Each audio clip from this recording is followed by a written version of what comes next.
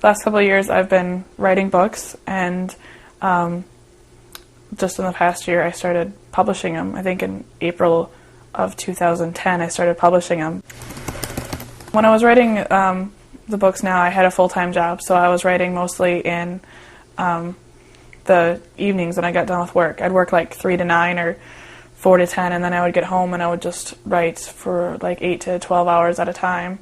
Yeah, I drank a lot of Red Bull and I ate a lot of Sweet Tarts. That's kind of what I would do. I had read an article in early 2010 saying that people were making money off of it, and they were able to produce a product that was of equal quality to a traditional published book and able to sell it in a way that people could read as easily. The first book is priced at 99 cents, and that's the lowest that they'll let me go. And I do that in all the first books of my series, because you're not going to read the other books in the series if you haven't read the first book. And then $2.99, I don't know, that's the next lowest price point to get the higher royalty. And I have 9 books out. So if one person reads one of my books simply because it was cheap and they like it and they go on to buy all my books, that ends up being, a pretty decent profit for me.